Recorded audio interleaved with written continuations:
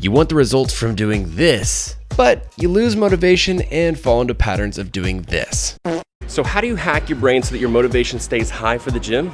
Let me tell you. Look, motivation is fleeting, but there are some hacks that you can do to keep your brain on task and stay motivated so it doesn't go away as often. Let's get you motivated and let's get you buff.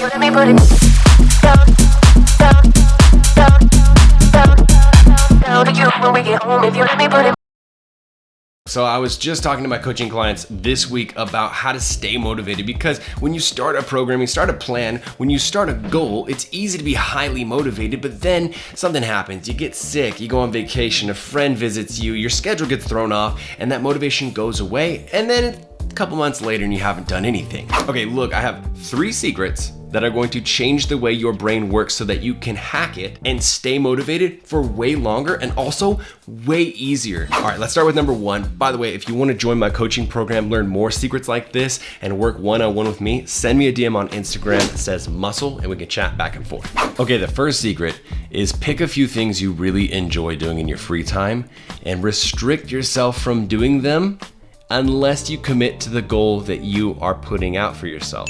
So let's say you want to hit the gym 4 times a week.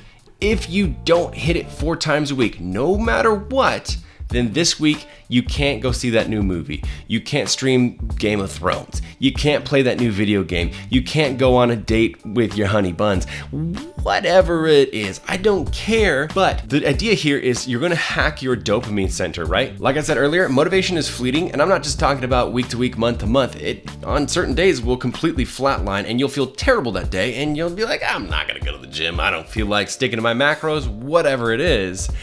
But if you have something that you dearly, super, really want to do on the weekend, and you can't do it unless you stick to the plan, it will get you through those hard times because you'll have a reward, a gift, and that will give you extra dopamine when you hit that workout, and then you get to Saturday and you're like, yes, I can watch the new Lord of the Rings episode or whatever. All right, moving on to number 2. Make a playlist of your absolute favorite songs, and you can only listen to it at the gym. Now this one you can't cheat on. I don't want you to put songs that you kind of like, but the ones you really need to listen to on the way to work in your car, you still listen to those. No, I want you to take the songs that you listen to every single day, that new track that you just heard that you are repeating it 20 times every single day, put them into a playlist, and then literally only listen to those songs during your workout. So you can listen to them during your warm-up, you can listen to them the entire workout, you can even listen to them in the locker room right afterwards when you're getting your flexing shots and whatnot. As soon as you leave that gym, the door closes, those songs are off. Even if you are dying to listen to that one song one more time. You know, they've done those studies where they'll have an animal choose between food and sex, and the animal will always choose sex, even to the point of completely starving themselves.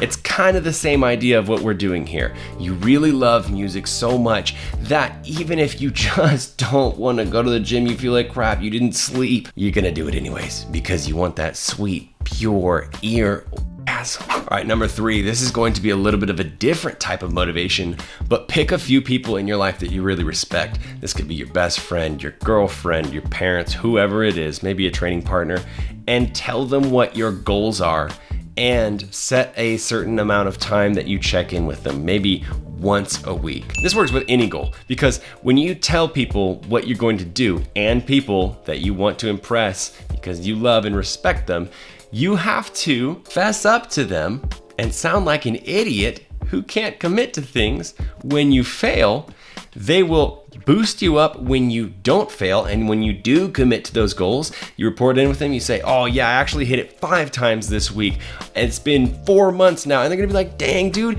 that is so sweet. I haven't even been able to hit the gym this week. I'm so glad that you're so committed. So you get that boost of dopamine when they are applauding you. And then when that time comes where your motivation does kind of go down the drain that day and you're like, man, this is the last day of the week, I have to hit my 4th workout, am I going to do it? You're gonna say, is it more effort to go to the gym real quick for an hour, or have to call my friend and fess up that I didn't do it? It's always gonna be easier to just commit to your goal. Plus, you want to anyways, deep down inside. So it's gonna help you dredge up that commitment that you know is what you wanna stick to. I've got a ton of different motivation secrets and hacks that I've gotten over the years of lifting and just really committing to this.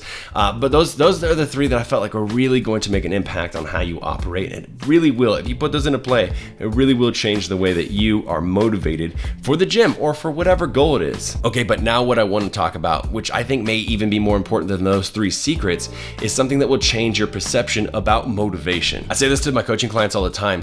It's actually more important to have dedication than motivation. And hear me out on this. Motivation, again, is so fleeting. So if everything that you are doing relies on you being motivated, at some point, that motivation is going to run out. It's going to dip low, just like a gas tank, and you're not going to be able to hit the gas because you won't have any that day. So it is massively important that instead of relying on motivation, you create dedication. And the way you do this is super simple, right?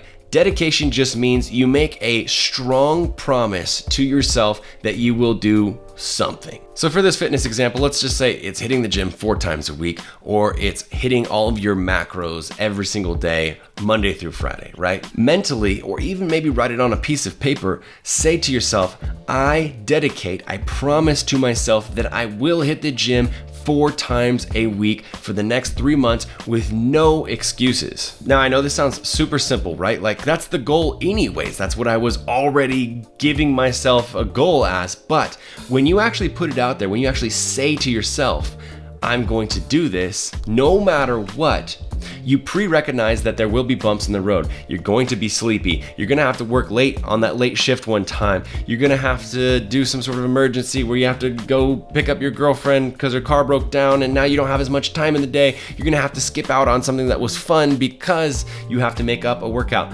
You already have said, no matter what, I'm going to deal with it. You may not know what those problems are gonna be. Now, this change is subtle. It's obviously very simple, but making a promise or a truth in your conscious mind, it gets imported into your subconscious mind, and your subconscious mind does whatever it can to carry out the truth of what you're saying in your conscious mind. So you say the truth is, I'm going to hit the gym no matter what. Your subconscious mind no longer will accept you making excuses or slacking or saying, oh, 3 times is good enough, or today was really hard. Your subconscious brain is going to do everything in its power to make sure that you are able to hit those workouts. It may give you extra motivation. It may just say, hey, we already knew this was going to come up. Let's just go hit as best a workout as we can, even though we didn't sleep good. And I think that's the big difference between people who stick to it for a really long time versus people who are just going for a small phase.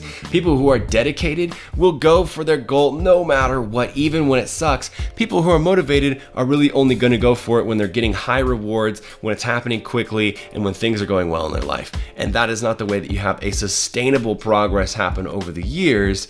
That's how you just have a little bit of progress here and then a stall out there and then a degress here, and you don't want that. You want consistent, steady progress that over the years looks better than where you started. Okay, so a little bit of a different video than usual. I know a lot of times I share food, I share like vlogs and different kind of things like that, but I really like this concept. I shared it with my clients and I said, you know what, I think this could help a lot of people because it's helped me so much, and it's so simple, but those simple changes make such a huge, indelible mark and change on the way that you operate. So I wanted to share it with you guys. Let me know what you guys think about this. If you think this is absolutely corny as hell, or if this resonates with you and makes a lot of sense, let me know. Whatever it is, let me know your feedback in the comments below. Real quick, since we are talking about fitness, if you haven't checked out my supplement sponsor, Vivo Life has literally the best vegan supplements on the market.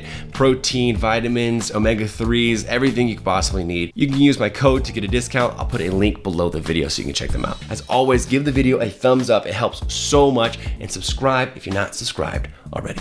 I'll see you guys very soon next week for another video.